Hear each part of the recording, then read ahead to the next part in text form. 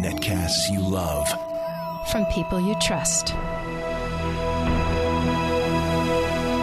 This is Twit. Bandwidth for Windows Weekly is provided by Cachefly at CACHEFLY.com.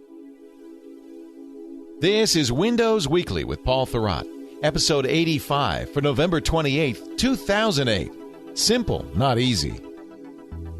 Windows Weekly is brought to you by Audible.com. For your free audiobook, visit audible.com/Windows.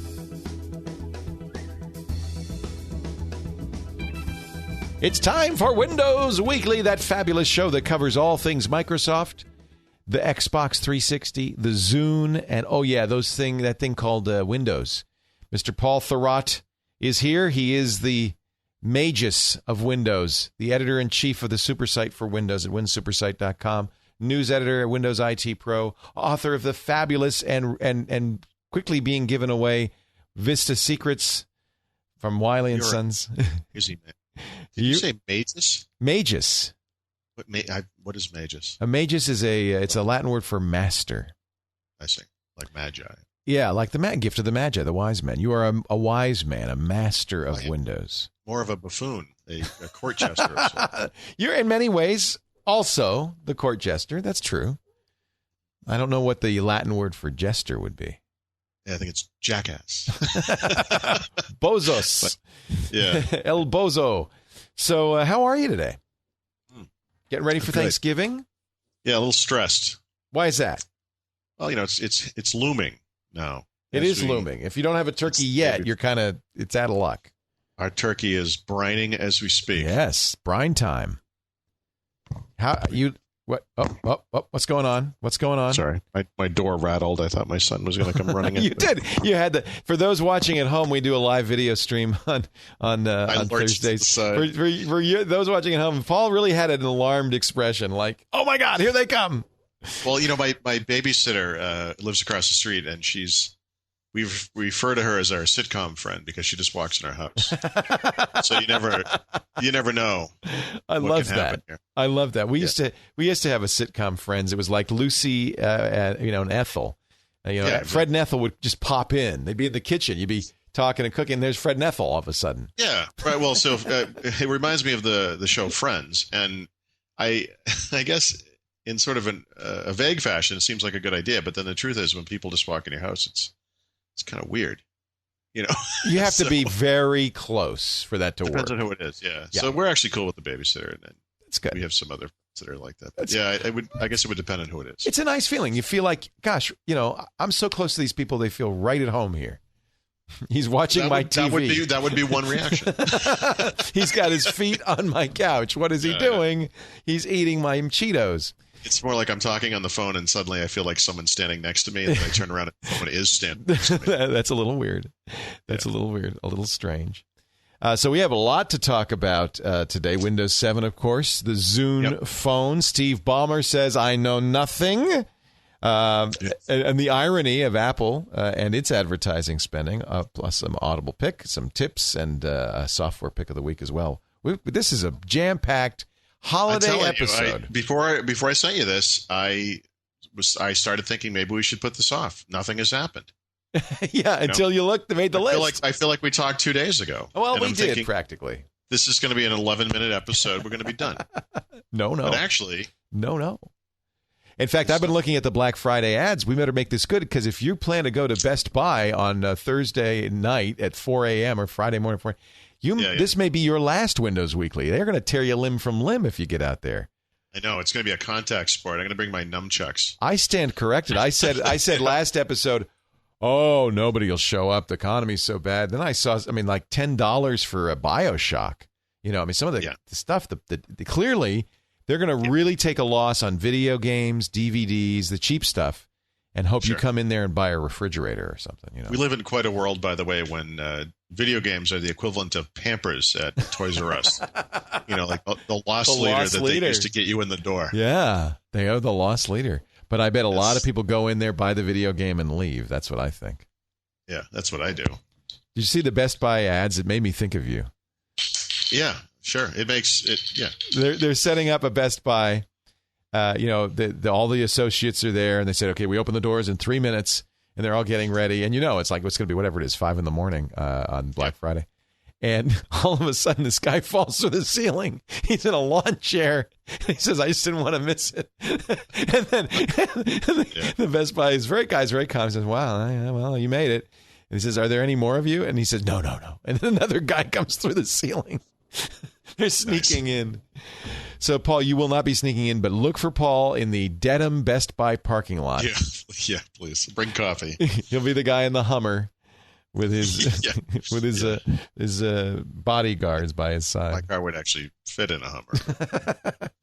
I have to ask you, what is that baby blue Livestrong band? What is that? Is that for it's actually, that's embarrassing. It's for Windows Azure. I got it at PDC. You're still wearing that? Yeah, it's actually, there's mold growing on my arm now. I was going to say, have you bathed since PDC? I can't. It won't actually come off. So I also have one for the Boston Celtics. That's good. For the Shamrock Foundation. That's good. So you've got rubber bands on both arms. This is like watches for dummies. I'm trying to get used to the notion of something on my wrist. Do you ever look at the rubber band wondering what time it is? I do, and actually, yeah, I do. It's sad. I don't need something on my arm to look at my wrist to see what time it is, even though I've never worn a watch. You've never worn a watch? Not really. I mean, here and there.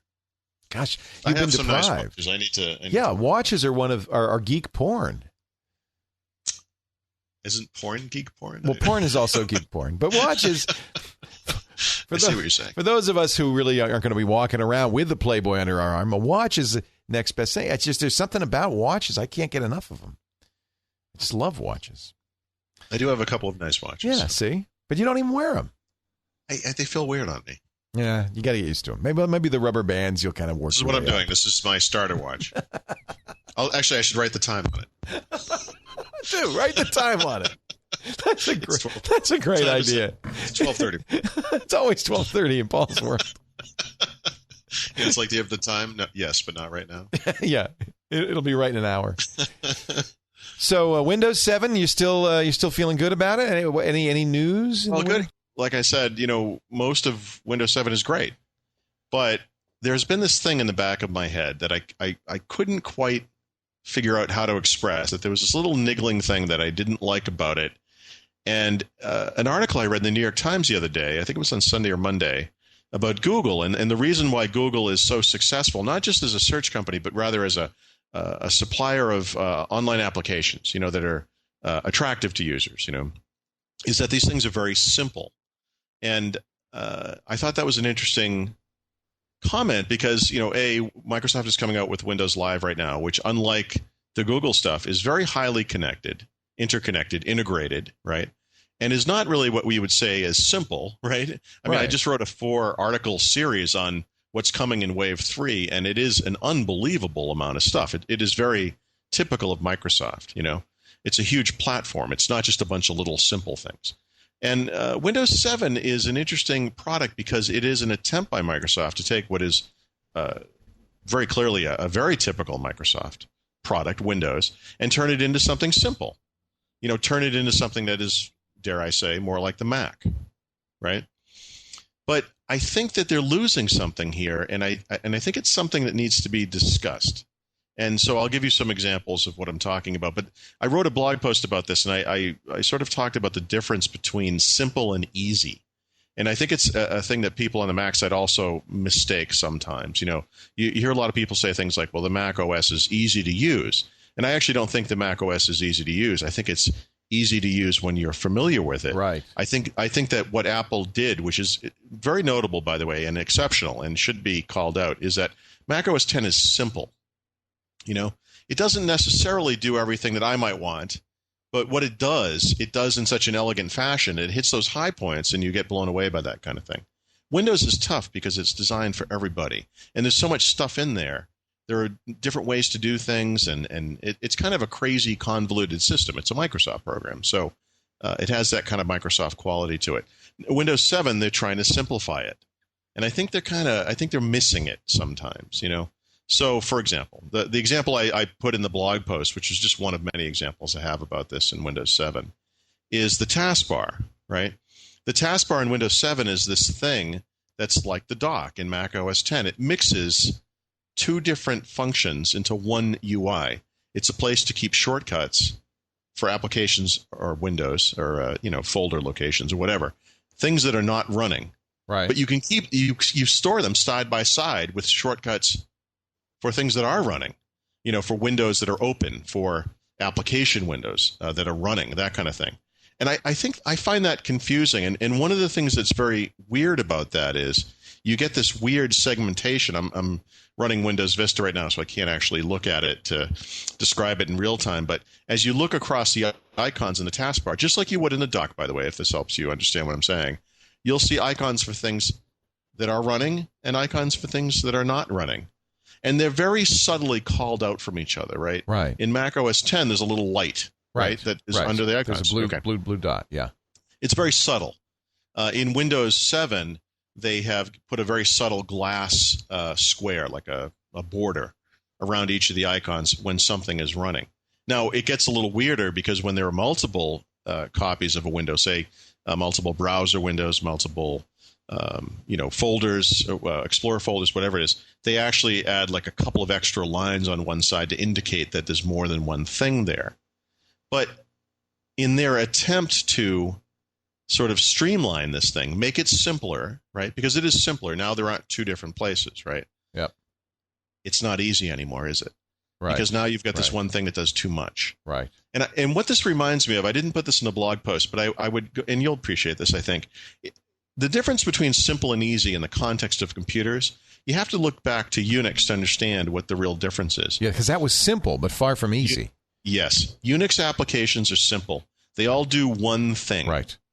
They're not easy to use, right? Right. And crazily, you can concatenate them into these huge workflows, right? That, this thing does something and it pumps information into this thing and that pumps information into the next thing and then it outputs something at the end. And what's messed up about that is that all of those applications work with different data formats and output things in different ways, and you have to understand how they work, and because they're simple, but they're not easy. It's an important distinction, and it's one that I'm nervous that Microsoft isn't getting, and it's something that it seems like they're trying a little too hard to be like the Mac. Right. You raise such interesting questions, and you could debate this on and on. And really, yeah. I think the Mac's advantage was that from day one, they thought about this stuff. Yes. It was conscious. And right. And Microsoft's only now coming to, or maybe only recently, they were big on, I guess, usability testing, but it's not quite the same thing.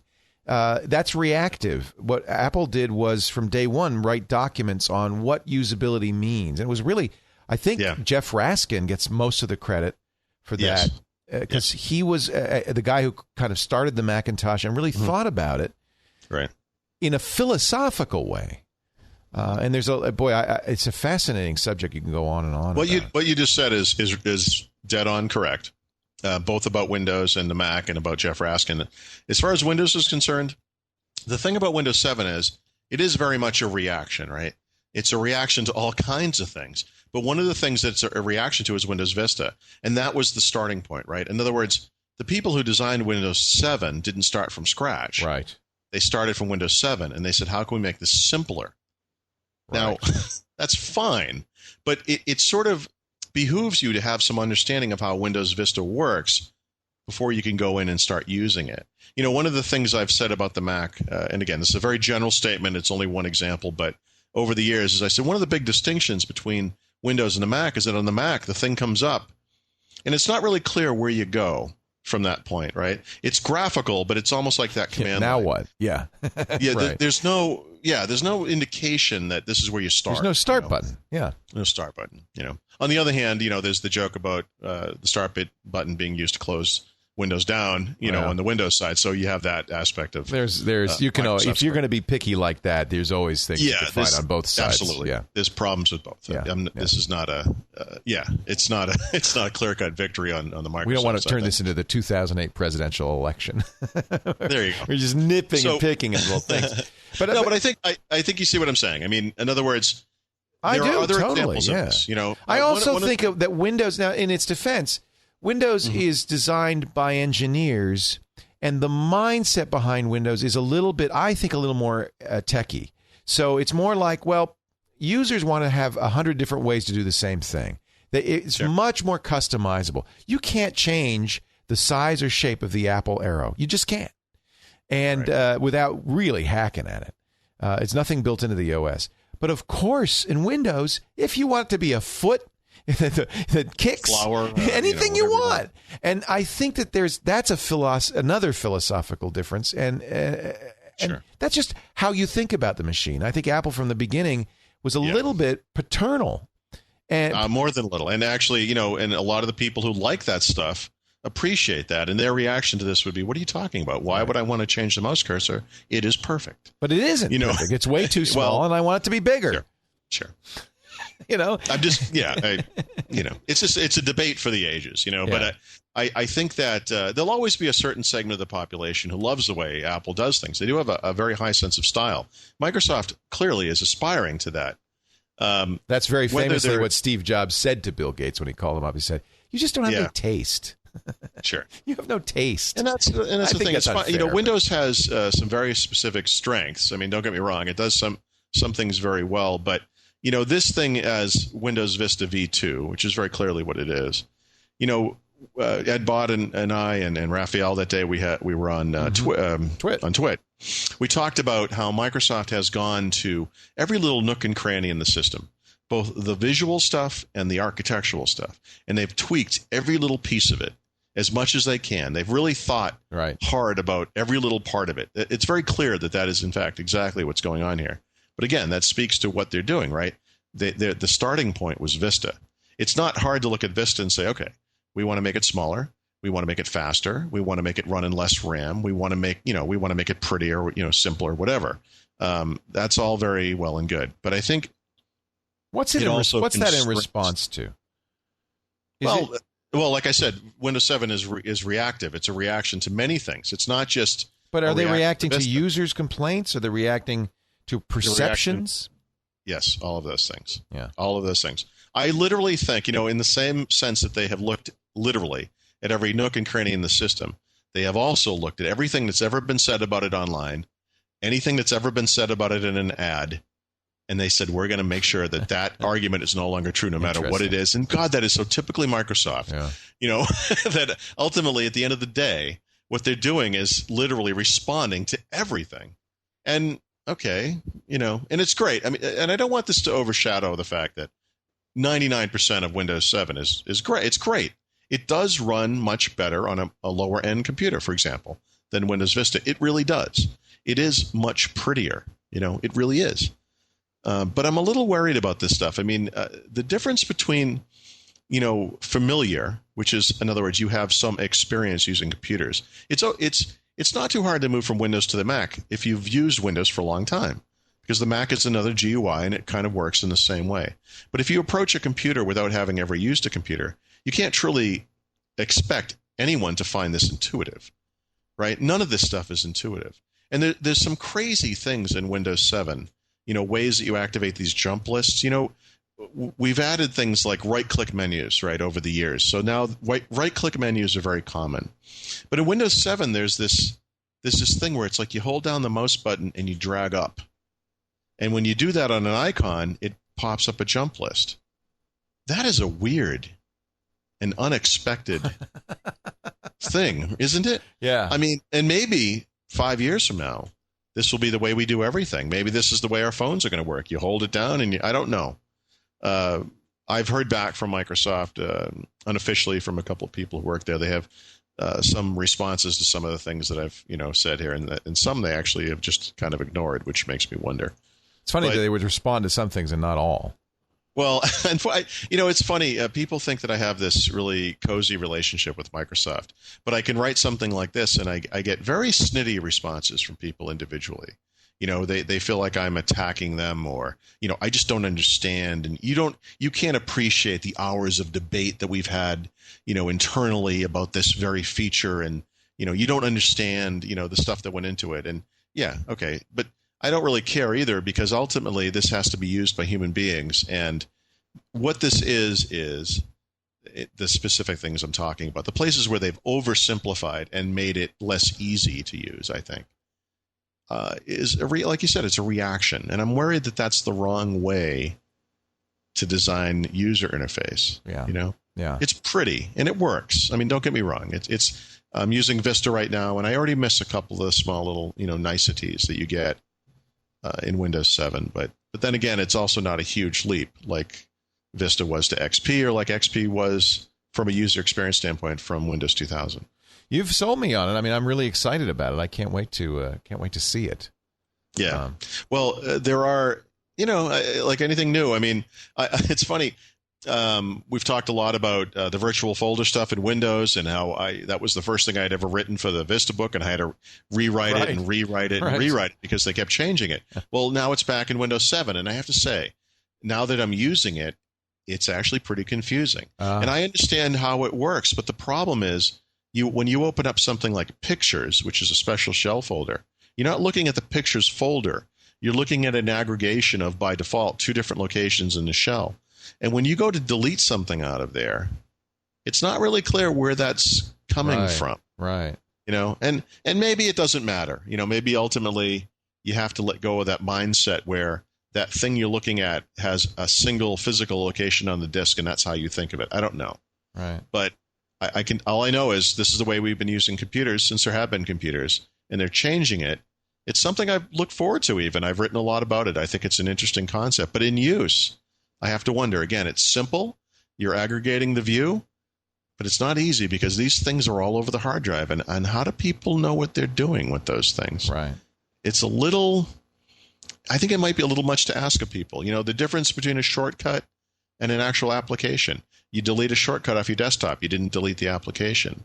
People have a hard time with that. How are they going to handle virtual folders? Right.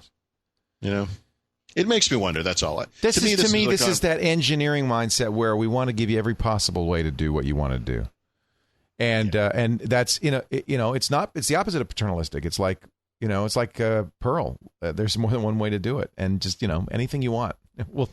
You want virtual folders? No problem. We'll throw it in. Absolutely. Do you want to boot from a virtual machine? Yeah. I have no idea what that means. Well, what the hell? We'll throw that in. We'll give it to you anyway. You may want to do it someday. You never know. But what is it? Don't worry about it. Yeah, you know what? Maybe we've got our finger on something. Put it in the system. Microsoft is not willing to let anybody down. They want everybody to be happy. They want every legacy application to run.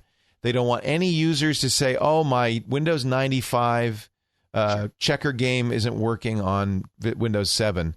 They want everybody to be happy. And Apple is just arrogant enough to say, "Too bad. Screw you." It's almost like completely different parenting styles. It is exactly what it is. It's different parents. They're both parental, but one's more laissez-faire. Different styles. Yeah. Exactly. One's a little more chaotic as a result. Windows is a little more chaotic. Yep. There's features in there that you don't know what the hell they do. You don't know why they're there. And that it could, for instance, this happens to me every time. I know I can do something, but I have no idea where to look to find out. Right. I can't. I know it's in there. Mm-hmm. Usually it's when I'm on the radio show and I'm clicking desperately while somebody says, "How do you print the contents of a folder out?" It's like I know. We talked about this in the context of Office. The past 2 or 3 versions, the top 10 feature requests for the next version of Office have been features that have been in Office for over 5 years. Exactly. People just didn't know how to find them. Yep. But that's what happens when things evolve over time, right? Eventually you arrive at this point where you're looking at this thing. You can't really explain why it is this way. Well, actually, you can explain why it is that way, but you don't understand how did we get it? I mean, how we got here doesn't matter. That's why you have to clean out cruft. And that takes a certain ruthlessness that Redmond seems to lack. You need to say, sorry, we're drawing the line right here, and anybody below the line, it's not going to work anymore. And Microsoft has consistently really worked their buns off to make sure every darn program, however weird and badly written, works. Right. I think that virtualization will finally allow them to make this leap, that they can virtualize the Windows versions of the past into these very small things, and you can run applications in sandboxes, as per the sandboxy discussion from before we started recording. Right. And that's nice. But, unfortunately, Windows 7 as the next version of Windows Vista, isn't that thing, right? It's not the future thing that will have that stuff in it. So it's still very much Windows. It's interesting. It's funny. It's very difficult to take something that's complicated and huge and turn it into something that's simple and small. Right. Right. Then you can't go backwards. No, you can't right. go back. You can't go backwards. But, Microsoft's done it. I mean, the Zune software is a great example of starting over from scratch. And yes, you lose some stuff at the beginning, but you kind of add back the important stuff, and some of the stuff you just say goodbye to. Mac OS 10 did the same thing. Yep. We'll get there. It's a really I love these kinds of philosophical conversations. It's just and there's style differences. And when people say, "Oh no, Windows sucks," or "Oh no, Mac sucks," I really want to say, it's not that. It's their style differences, and you could prefer one over the other. Genetically, they're 99.9% the same. They're all both doing the same thing. Yeah, they really do reflect the mentality of the people who made them. Yes. And that's the big difference. Yes. And I think to some degree Windows reflects. They're saying this in the Stickam chat room. The fact that it's a business product, and so businesses do have certain expectations. You can be more ruthless with a home user than you can be with IBM or U.S. Steel. You got to you kind of give in to them a little bit. Maybe that's the other problem. Well, yeah, that and the fact that unfortunately for Microsoft, it's not just business users using it. Right? It's everybody. I mean, they have multiple masters, and they all these people have different requirements. They have different wants and needs, and we'll see. Anyway, I don't want to detract from the fact that Windows 7 is a huge improvement over Windows Vista. It really is. And maybe because it's more componentized, it'll be able to handle these issues a little bit better. Yeah, I guess we'll see. That might be one reason to do that. I guess we'll see. Yeah, I don't know. So is there going to be a Zune phone? I keep hearing these rumors. I don't know. I hope so. I will say this, these rumors have resurfaced again and again. This week, there were more versions of basically the same rumor. They now are saying that it will be announced sometime next year. I don't know that they're calling it a Zune phone, but I think it's more along the lines of, we've done the partner route for a while. It's not really working out. Let's try something on our own. Okay. In other words, Microsoft doesn't make the Windows mobile phones. They license the OS. You're saying they're going to make the phone. Well, I'm saying that's what the rumor is saying. In other words, I'm also saying that that's what they should be doing. Right. Microsoft has proven to itself and to others again and again that the business model it created for Windows, where it sells this product through, in this case, PC makers with Windows, has not translated at all to any other market they've ever tried to enter. Video games don't work that way. They did the thing with Sega with the Dreamcast, didn't really work out. It hasn't worked out with the media Dreamcast players. Ran Windows CE. Maybe people don't know. When you rely on others to do things like distribute updates, to distribute the next version of the system and so forth, those others tend to do things that benefit them, not you and your customers. So, for example, in the case of a phone, they'll sell you a new phone. They don't want to give you the software upgrade. They want you to buy a new phone. Right. And that's not a great experience for people, And it took Apple with the iPod and iTunes and all that stuff to get Microsoft on that bandwagon when it comes to digital media things, right, with the Zune, which is what they came out with. And I think they're heading down that route with the phone as well, and I hope they are. Because right now, as we've discussed so many times, Windows Mobile has some problems, so hopefully they do something right. Would a Zune phone not be a Windows Mobile phone? Well, I assume, we're calling it a Zune phone, but I assume it is a Windows Mobile phone. But it's just made by Microsoft. Yeah. Well, they have to be eyeing what Apple's done. Well, we've talked how the Zune interface would look great on a phone. Yeah. For example, there's no reason. I mean, the Zune software, the digital media aspect of it would be a very small part of it, right? I mean, a cell phone or a smartphone does very specific things, but it seems like the Zune platform, such as it is, it's capable of running those XNA applications that people are also developing for, the Xbox 360 and for Windows and so forth. I mean, it seems like it's a decent platform and certainly powerful enough for something that could, power a cell phone. So, You never know. But I hope they do it. I'm not saying they are. I don't know anything about it, but I hope they do. And in the same way with the Zune, I remember years and years ago, I had a conversation privately with some people on the digital media side, and they just said, theoretically speaking, if Microsoft was to, I don't know, say come out with its own device and, kind of go its own way, what would you think of that? And my reaction then was very positive, as it is to this notion of a phone now, right? The past has simply proven that they need to do it. They can't leave it in the hands of the handset makers. But by the way, who are also selling systems based on other people's software. They don't care which version they're selling. Well, I mean, if the people who are selling your stuff don't care if they sell your stuff, why are they selling your stuff? Right. It's crazy. Right. Well, we'll see what happens. I mean, I think that Apple's made so much money on the iPhone that it's been such a success that I think Microsoft must be thinking, it looks good. Listen, the iPhone might be the stickiest product I've ever used, and I don't mean sticky like it's it's sticky because it's a touch phone, but it's also hard to get rid of. No, I can't get rid of it. Yeah, I agree with you. I keep trying new phones. No, I know what you mean. There are even applications on the iPhone that absolutely stink. Like there's a USA Today crossword puzzle application. It's horrible. And it is the type of thing, I've got big fingers. Okay, I get it. But, you click on edges of the screen and it zooms to a different place and you lose the puzzle. Oh, I hate that. Aggravating. But you know what? God, that's an awesome application. It's still great to have crosswords. Yeah. Try Two Across. I use Two Across, the free version. It's very good. Okay. But that's so typical, right? Even though that thing is horrible. You can't that stop. application. Yeah. I still love it. Yeah. And that's one of the bad applications. Right. I mean, some of the applications on this thing are incredible. So I think for a gaming platform, it's actually quite good. It is good, although all this talk lately about how, Nintendo better watch out and Sony better watch out. The gaming fear.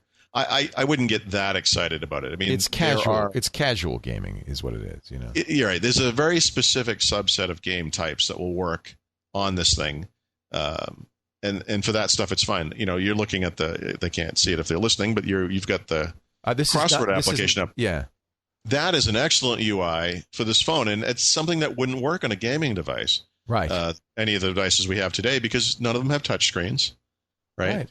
And it just wouldn't work. It would be ponderous. It would be horrible. I've tried Sudoku on a Nintendo DS. It's the worst thing in the world. Oh, terrible. It's but on the other hand, you can actually run like a Call of Duty type game on a PSP. That would never work. It would never be fun. On the iPhone, it wouldn't be the same. There is a game you might want to take a look at. That's it's called Cube. It's a first-person shooter, and it actually it's not bad. It uses the regions of the screen. So sure. And but again, it's It also uses the accelerometer so that you tilt the screen to go forward, and I mean there's some interesting. It's nifty, but yes, on the I other agree hand, with it's you. also it ain't a PSP. It makes you nauseous. It ain't a PSP. You're right. No. You think about when you have a phone in your hand. There are lots of times when you're stuck in a line somewhere, or you got to wait at the dentist's office, where you just would kill for anything to take your mind off of it. And seriously, if I had a blackjack in my pocket, it would just stay in my pocket. It's not. I mean, all you got to do is browse the web for 10 seconds with IE. I'm done. I'm over. Oh, that's okay. I'm through. Did you now? As Steve, I love Steve Ballmer. Steve Ballmer is sounding like the guy in Hogan's Heroes. I know nothing. They asked him. No, that was exactly what he said. I know nothing. Well, he said, I'm aware of it because my underlings told me they were. We're talking about the Vista Capable thing, which is on trial right now. Yeah. Could be on trial. I guess what happened was they decided he could be deposed. Right. So if it goes to trial, or if it looks like it's going to go to trial within the next 30 days, he has to submit to 3 hours of questioning. But he says, it was Alchin. Ask Alchin. I just let him do it. Well, on the positive end for Microsoft, one thing I do agree with, and we've talked about this kind of stuff before, all these Microsoft emails have come out. Emails between Microsoft employees, emails between Microsoft and their partners. There were people like Intel who were asking for this Vista-capable logo program to be detuned so that their low-end, graphics processors would qualify. There was a lot of pressure from OEMs. And then there were companies like HP who didn't want them to change it, Right. and a lot of people within Microsoft who thought they shouldn't change it. And a lot of people like to make this look sensational, like, oh, look at these jerks, they don't know what they're doing. But Microsoft, there was a pretty healthy debate there about this, and it looks like most people don't agree with what they ultimately did, which was to come up with. Well, there's two logos, right? There's a Vista capable logo, which means that your PC is capable of running basic Vista features, core Vista features. Yeah. And then there's a Vista Premium ready logo, which is available for those PCs that can run Aero and the high-end Vista experiences. I mean, dividing it up like that. Yeah. And this is not just Monday morning quarterback stuff. I mean, this is the wrong way to do it. Just like selling 17 versions of Windows Vista was the wrong way to do it. It was just it's just wrong. Was it deceptive? I guess that's at the heart of this. But, the truth is that's not part of this case anymore because that was thrown out. The only thing that these people on the plaintiff side, it's a class action lawsuit, the only thing they have to argue is that they were forced to spend more money on a PC that had a Vista-capable sticker on it than they would have otherwise because the demand for Windows Vista was so great in the months leading up to its release that PC makers sold more of these things than they would have otherwise. Yeah. That's the case. I mean, it has nothing to do with the core, complaints that they originally made. So it's the whole thing is kind of ludicrous, unfortunately. I just love it that Ballmer says, hey, although I find it completely credible that he said, I'm running a big company. I let the Windows guys decide that. Is that credible? I think I do think so. I mean, I have to go back and forth on that one. I mean, he's running a big company. This is also it is the most important product. Yeah. Well, it's probably responsible for something like 35 to 40% of the revenues. Right. But on the other hand, the sticker program, the sticker program, and this is by the way what happens. You see, if it was Bill Gates, then you'd say no, Bill knew, because Bill was technical. Bill would have cared about what the hardware. He might have been responsible for it. Right. But I could see that Ballmer, who's a sales guy. Yep. He's not a technical guy. In fact, if anything, he would have weighed in on the side of the OEMs saying, no, let's make it, let's give you some stripped down capabilities so the OEMs could say Vista capable. Sure. I could see him saying that. I'd never see Bill. This is a weird one because I think that they did what they could to communicate that this thing was what it was, right? I think they actually did a pretty good job of that. On the other hand, who's paying attention to that stuff? Right. They see the word Vista on a sticker on a PC that they bought that's running XP at the time, and they think I'm going to run Vista on this thing. Right. Well, and here's hence the source of the potential lawsuits. A lot of people disappointed because they bought Vista-capable computers that really weren't. Only in the most reduced sense of the word, capable. Hey, look, the thing installed. That's all we promised. It will run. We don't make any promises about performance. It will run. The word quality doesn't appear anywhere. Well, I remember we spent a lot of time explaining. Well, that's the thing. Who exactly is buying computers and then later installing Vista on them? Who does that? But were no Vista-capable computers sold with Vista? No, I'm sure they were, but the point of the logo program was, remember that Vista was coming out in January. Right. So it was before Vista came out, you'd put Vista-capable on it so that you could upgrade. They didn't want to kill PC sales that Christmas. So one of the things that PC makers could do was offer free upgrades, right? So you buy an XP computer now, and within a few months, we'll ship you a free copy of Windows Vista, which you can then install yourself. And I guess it worked. I mean, PC sales didn't fall or anything that quarter. I mean, I guess it worked. But I guess a lot of these people also went to install Windows Vista and were disappointed to discover that either they got Windows Vista Home Basic, or they might as well have because they didn't get any of the, advanced graphics and so forth. Well, there's still a lot of people getting Windows Home Basic computers. I mean, this is going to happen this week. They're going to go and take advantage of those Black Friday sales, and they're going to get a $300 PC, and it's going to be Windows Basic, Vista Basic. Sure. Now, what do you think? I mean, is that okay for somebody who has simple needs? Yeah, it is. And actually, even the Vista Basic UI, that's sort of pseudo glass UI that you get without the translucency, It actually looks pretty good. It's fine. Yeah. So, I mean, that's what I asked you because somebody called me last week, said he'd already bought it for his sister, I think. And it came with basic. And he said, is that going to be all right? And I said, she's new to computers. All she's doing is getting email, surfing the web. But yeah, it's fine. It's weird. Moving forward, of course, it's less important because in Windows 7, they've taken out a lot of the stuff that used to be in Windows. Right. There's a weird thing going on now in Windows 7, not to get back to that, but, where this operating system ships with a DVD application for making DVD movies, but it doesn't ship with a photo or movie editing and management software. Wow. You have to download this for free from Windows Live. That's all right. Well, but it's weird. It's weird to include the DVD maker if you don't have a movie maker. Yeah. I mean, what are you going to make the DVD out of? Exactly. I don't know. Well, I guess in Windows Vista Home Basic, you don't have to worry about it because you don't get the DVD out. Did you mention that the public beta is coming? Oh, right. We were going to talk about that. Right. Yeah, I forgot about that. It's no, I think I moved us along too fast. But there's actually going to be a public beta that I could use? Yeah. So, well, the reason we're mentioning this now is that back in October when Microsoft had that PDC event, we went to a reviewers workshop and they told us that, here's the basic schedule. They didn't talk a lot of specifics, but they said the release we're putting out here at the show is M3, the Milestone 3 build. It's a pre-beta. This will be followed by a beta, which will be followed by a public release of that beta, after beta. And then that will be followed by a release candidate, and then we'll ship the final version of the product. Okay. The beta will be out in early 2009. That's all they promised. Thus, the public beta, the public release of the beta, because it's the same beta, right? It's not a future release. It's just a public release of the beta, would occur after the beta, obviously. Now, they also announced this at PDC during the Steve Sinofsky keynote. That's exactly what he said. He said that the beta would be out in early 2009.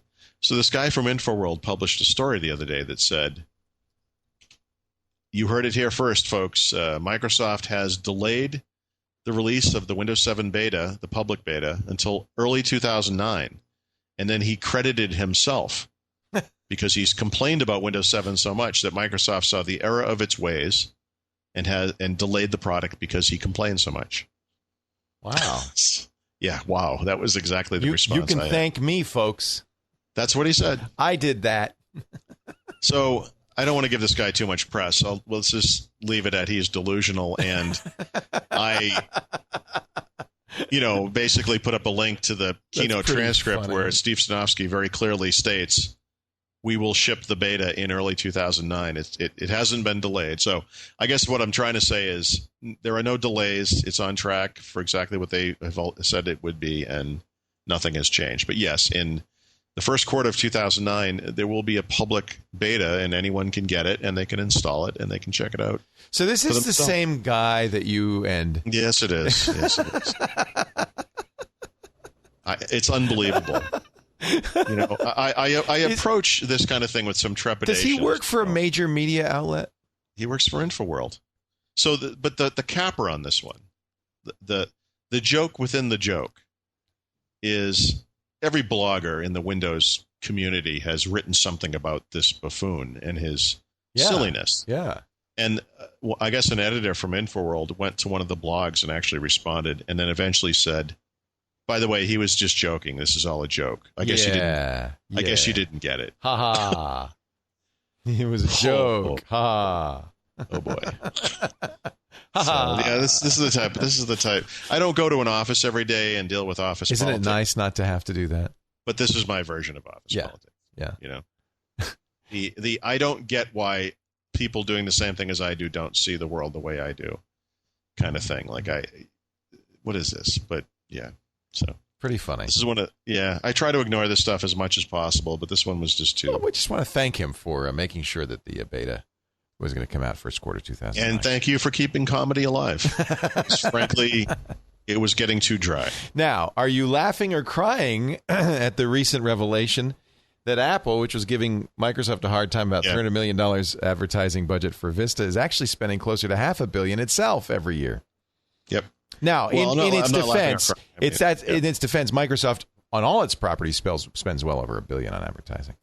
But that's true. But I would also point out that about $0 of that ever went to promoting Windows.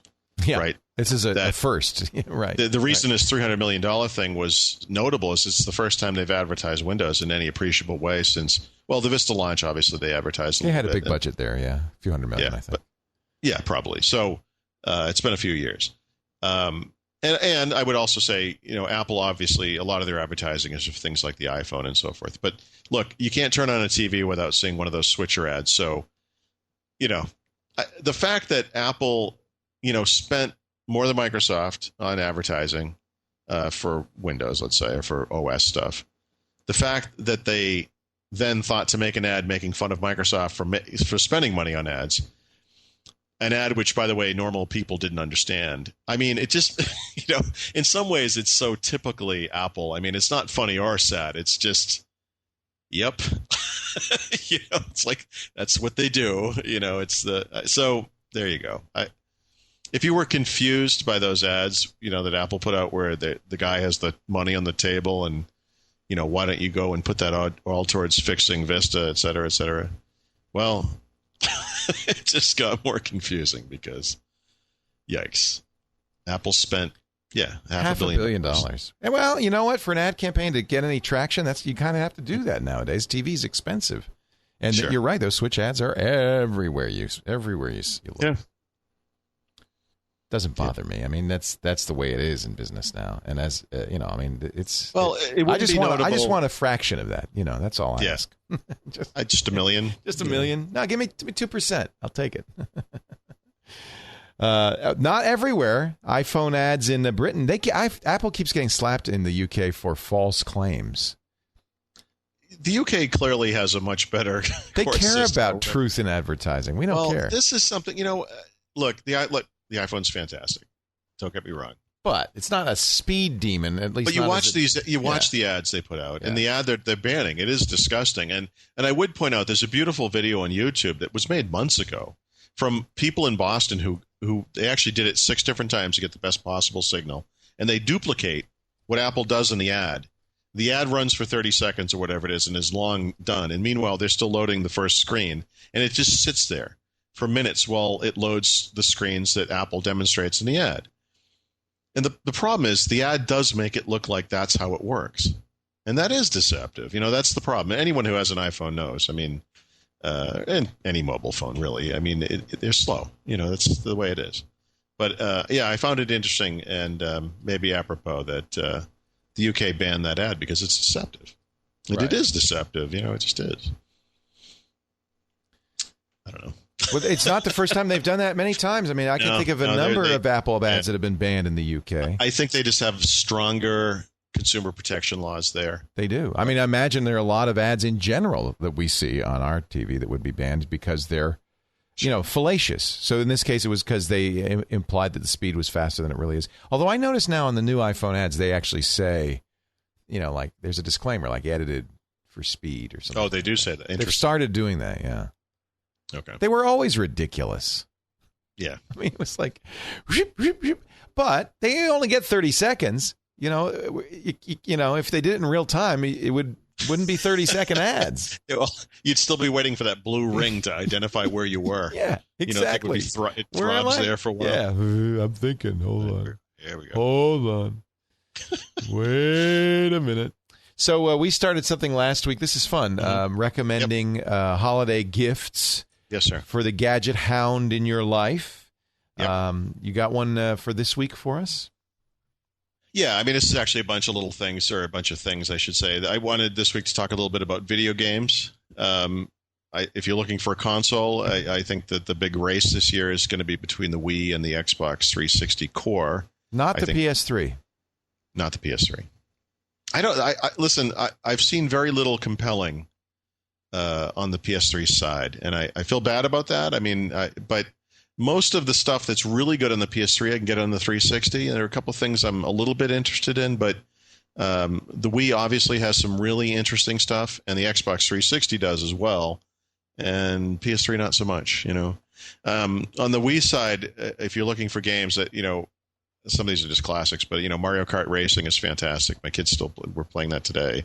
The Wii Fit is kind of incredible. And then there are the things that work with the Wii Fit, which are also worth looking at, like the Shaun White, if I have that name right, snowboarding title, which, you can play with the controllers, but you can also play on the board. And I mean, how cool is that? You hop up on this thing and you gyrate around as you go down the mountain on the screen. That's cool. That's cool stuff. And that's kind of unique for the Wii. But on the 360 side, we've talked about Gears of War 2. There's a game called Left 4 Dead, which is a lot of fun if you're into zombie stuff, and who isn't.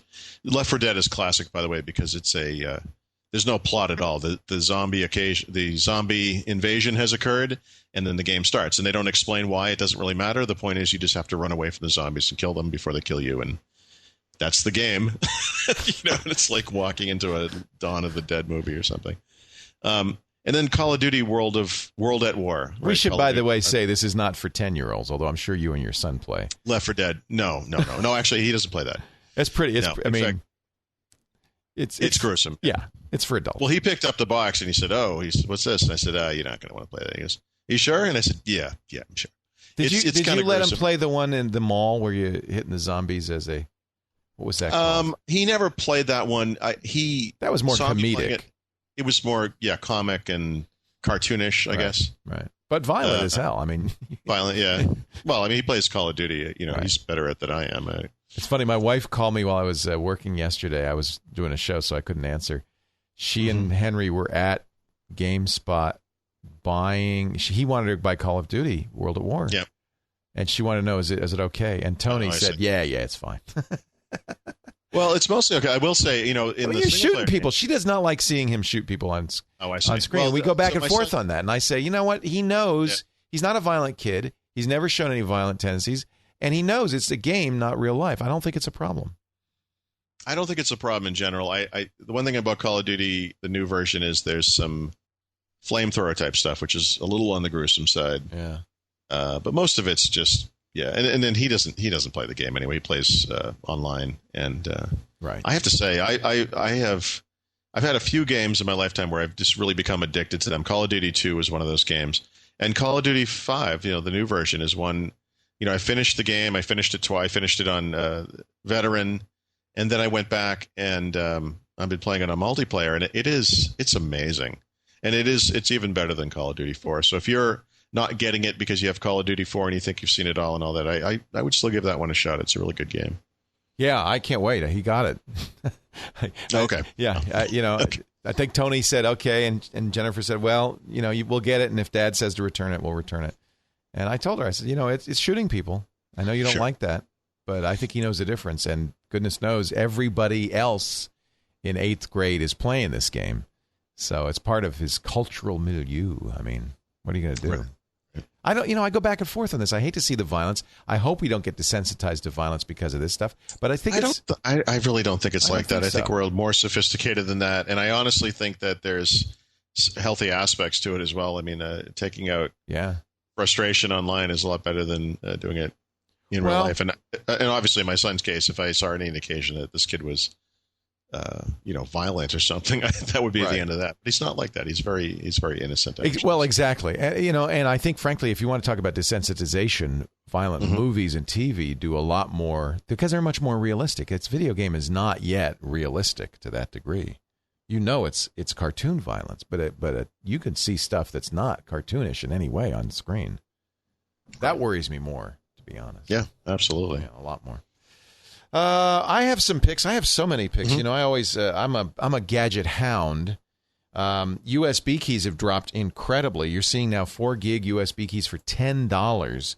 And one of the nice things when you're buying something for a geek, you buy a hard drive or something, that it requires tech specs. You're not going to know exactly what they need. You can't go wrong with a USB key. It works everywhere on everything. And even if they already have one, another one is good. Just remember, bigger is better. I have this. I love this one. This is a Corsair, 4 gigabyte, and it's a mini, so it's small enough. It fits on my keychain. It is. It is the size of my literally is a thumb drive, the size of my thumb.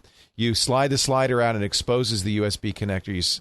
And by the way, it also, I mean, the memory's right there. There's nothing to this thing. Yep.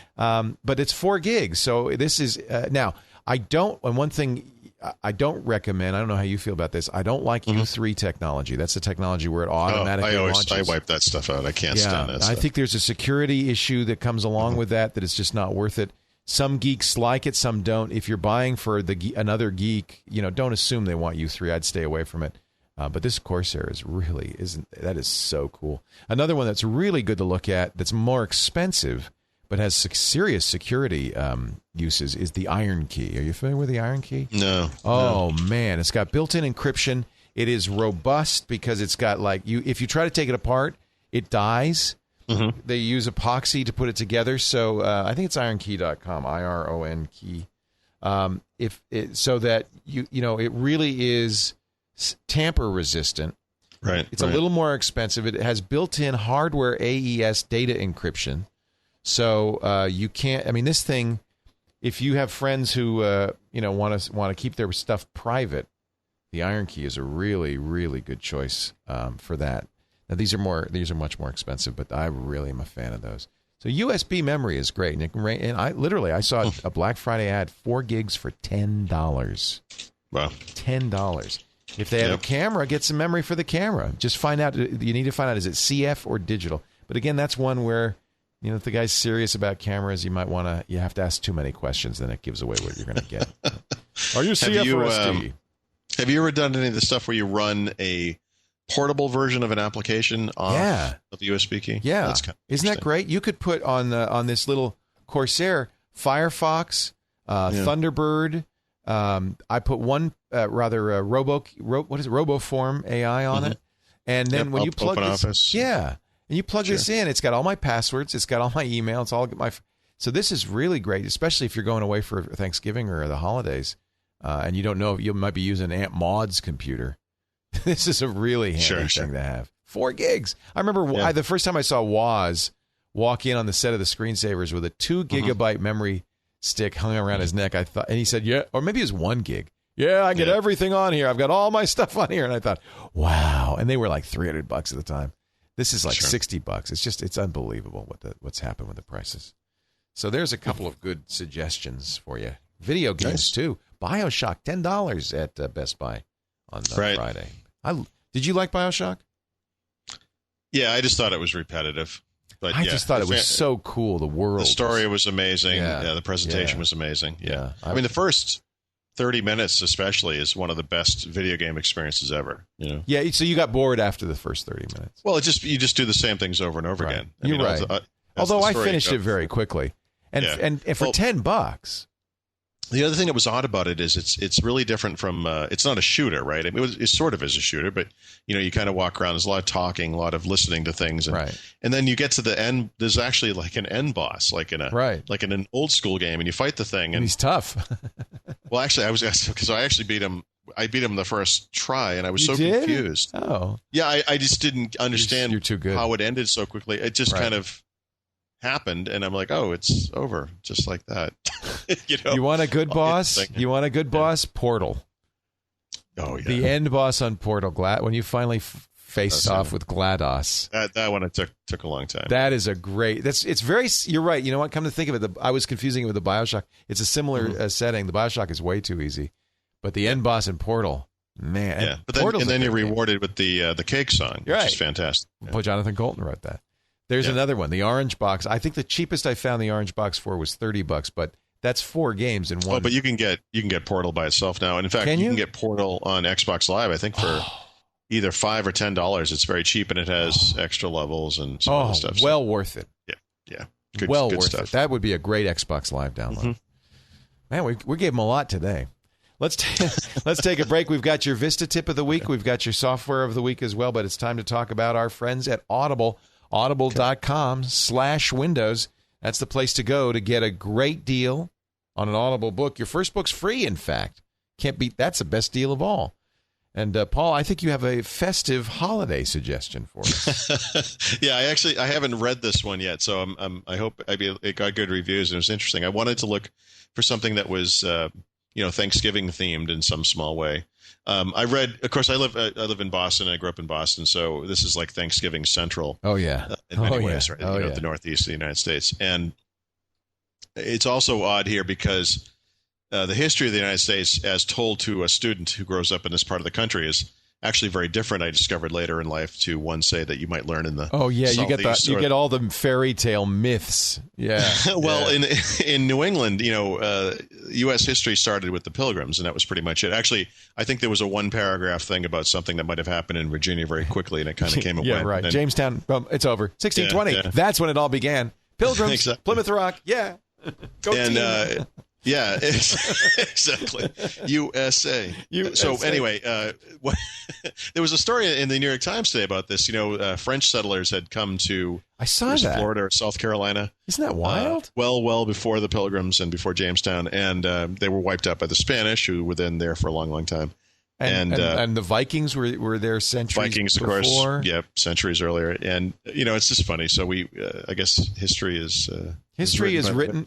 That's exactly written by the winners. So, but this is anyway. This is a history. U.S. history started with Thanksgiving. Yeah, that's my point. Prehistory to 1600: The First Americans, by Joy Hakim. Mm-hmm. So this is a series. It's actually a 10-book series. Whoa! And if you look at the series, it's really interesting because it covers virtually everything. It's really interesting. But this is the early one. This is the first part of the series, and it covers the years in and around 1600. So sort of leading up to and including the Pilgrim type stuff, but including also all of the explorers that came before the Pilgrims, because as it turns out, there were lots of them, and most of them were Spanish. And I recall, I went out to New Mexico, and I went to the University of New Mexico for 1 year. I took an American history class there, and I was really confused by the sheer amount of time that they spent on this Spanish stuff, the Spanish exploration of not just North America, but also South America. Oh, we're big on that out here. Yeah. Well, go figure. It's part of history and so forth, and it happened before the other stuff. Right. And the other thing that's weird about this is I live in Dedham, and in Dedham for a long time claimed to have the oldest house in the United States, the Fairbanks house. And they've had to change the description over time so that it was now is just described as the oldest wooden frame house. East of the Mississippi. Yeah, exactly. The oldest house is actually in Santa Fe, as is the oldest church. Right. And again, when you grow up in this part of the country, these things are confusing. But there you go. This looks good. The First Americans: Prehistory to 1600 by Joy Hakim. There's also a wonderful book which I read called Mayflower. That is the true story of the Pilgrims, and it's fascinating. Highly recommend that also. I really enjoyed that. In fact, I Xeroxed off Abby's in France and is making a Thanksgiving dinner for her family. Nice. We sent pumpkin pie mix and canned cranberry sauce and all this stuff so she could make, a faux Thanksgiving dinner for her French family. The French will be so impressed by this. Look, you Americans have no taste. We sent cranberry in a can. Cranberry in a can. What? That's the tradition. It's not cranberry sauce unless it makes that sucking sound. And it has the ribs from the can around it. Exactly. And then I sent her Xeroxed the pages of the Mayflower where they talk about the actual first Thanksgiving so she could read that out loud. Nice. Yeah, that's a good book, Mayflower. The First Americans, another one. Audible, this is the beauty of Audible. Something for everybody. If you love history, if you love fiction, nonfiction, whatever you love to read, audible.com/Windows. Highly recommend it. You've heard us talk about it before. Join it today. You're going to love it. I listen to Audible books all the time. Just finished a wonderful book by Paul Krugman, The Conscience of a Liberal, which just blew my mind and inspired. There are so much, I've been reading a lot of political science on there. It's just great. Audible.com/Windows. Give it a try. We know you'll love it. And thank Audible, too, for their support of the Windows Weekly Show. It's that tangible financial support makes a huge difference in putting this show on the air. Thank you, Audible. On your way to work, on your way to school, when you can't read a book, don't be a fool. Get Audible, over 50,000 books. Audible, I love my platinum account. Get Audible. I have to play that every once in a while. I've never heard that. I know. I realized I hadn't played it on this show yet. That's Paul Minshall. Thank you, Paulie. Now, the other Paulie. Now, yes, sir. Now, time for a Vista tip of the week. Week. So, big build-up. Well, let's just say that December is coming. Yes. And with December is coming Windows Live Wave 3. Ah. And my tip is to get ready for that, because if you're running Windows XP or Windows Vista, Windows 7 even, maybe Windows 7 especially, you should be ready for this stuff, because a near final version of the Essentials application suite will be coming out. A huge sweeping set of online services will be introduced or updated, not just the Hotmail and Messenger stuff, but also all kinds of stuff. Windows Live People, Windows Live Profile, Windows Live Photos, all kinds of stuff is coming down the line here for Microsoft. So it's happening in December, very, very early in December, let's say. And December is happening as soon as next week, I'm told. So the only thing you need to know is that you will need to, if you're running the Essentials beta, and you should be, you'll have to uninstall that before you install the release candidate version. But just be ready for it, because I think that when we talk about Windows going forward, I think we need to include the Windows Live stuff in that, because it is just a huge part of not just Windows on the PC, but also extending the Windows experience, out to the cloud and also to mobile devices. And there are new versions of the mobile applications and also the mobile versions of all those services coming as well. It's a huge, huge event. And, it's funny because we talk a lot about Windows 7, obviously, because it's big news and it's a big deal. But in many ways, what's happening with Windows Live, again, as soon as next week, is much more dramatic. It really is amazing. And I've written a 4-article series about what's happening in Wave 3. And even after having written it, it's complete now and it's up on the site.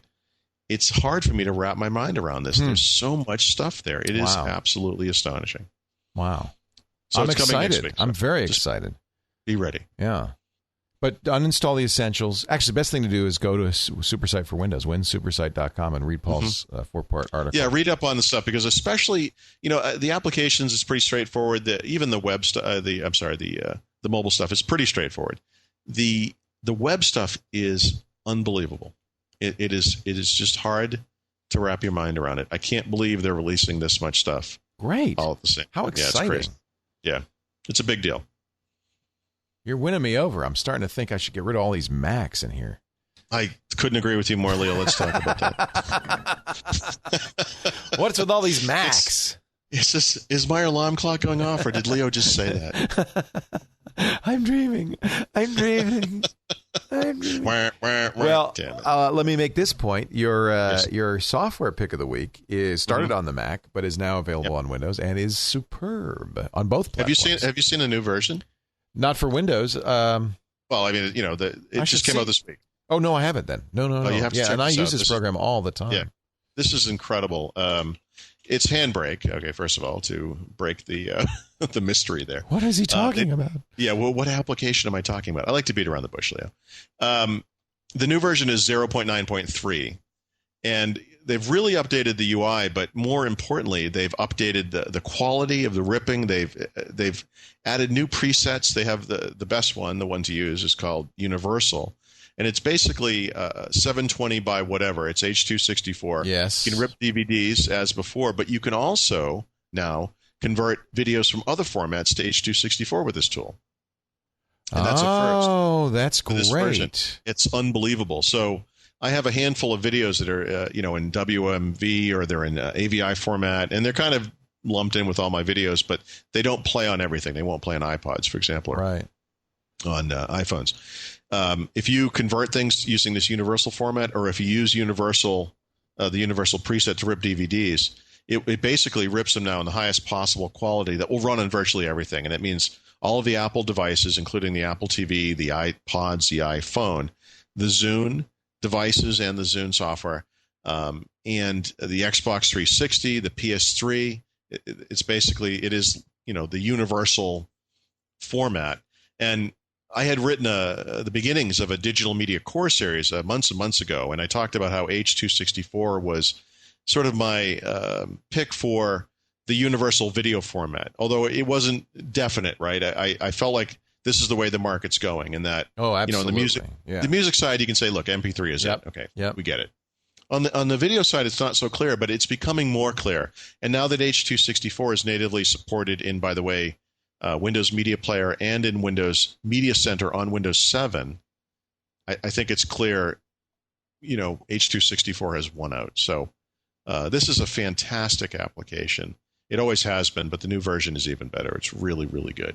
Well, it's just in time. On the Mac side, we lost the program Visual Hub that everybody on the Mac used to convert other formats over. So I'm really pleased that this is going to be available now, because this is just in the nick of time. And is it running pretty stably on Windows? Because initial versions weren't so reliable. It used to be lousy, but it's fantastic. In fact, that's really good. The first few versions that they made for Windows were really bad, and I would just run it on the Mac, but it's just as good now. The one minus, by the way, you should be aware of on the Mac side, I don't think this affects the Windows side, is that Handbrake used to incorporate some kind of DVD decryption of some sort, and they don't do that anymore. So you have to have... Interesting. They've become honest.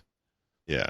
Interesting. Is there an add-on, or I mean, how? I don't know. They've never had that on the Windows side, so I've always used and recommended any DVD from any site. Right. Slicesoft. Yeah. Slicesoft. I'm sorry. Yeah. Interesting. That is a bit of a shift, because this used to be kind of a DVD cracking program on the Mac side. Exactly. Yeah. I mean, just the addition of video transcoding to me is a huge deal, but I love this.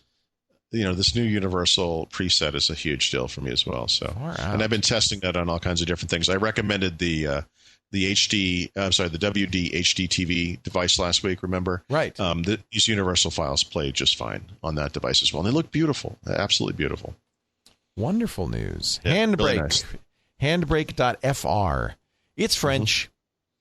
Handbrake.fr, BRAKE. And that wraps up this stunning edition. Thanksgiving our pre-turkey special of nice. Of the Windows Weekly program. Paul Thurrott can be found at his home, the SuperSite for Windows, winsupersite.com. Of course, at Windows IT Pro, and his book, Windows Vista Secrets, in better bookstores everywhere from Wiley and Sons, wherever fine Windows books are sold. And we will talk next week. Good luck. I hope you don't get injured in the stampede at Best Buy day after tomorrow. Yeah, I hope so, too. Actually, I'm more concerned that what's going to happen is I'll show up at 4 o'clock in the morning and there'll be a line of 2,000 people. I think there will be. I think it might be huge. I think so, too. Wow. I completely didn't believe it last week, but now after seeing the ads and everything. No, as things get tighter financially. I'm feeling the drumbeat. Yeah. Yeah, people get more desperate, so. Either that's those Indians getting ready for Thanksgiving, or it could be Best Buy. Paul Thurrott, thank you so much. We'll see you next week on Windows Weekly. Bye-bye.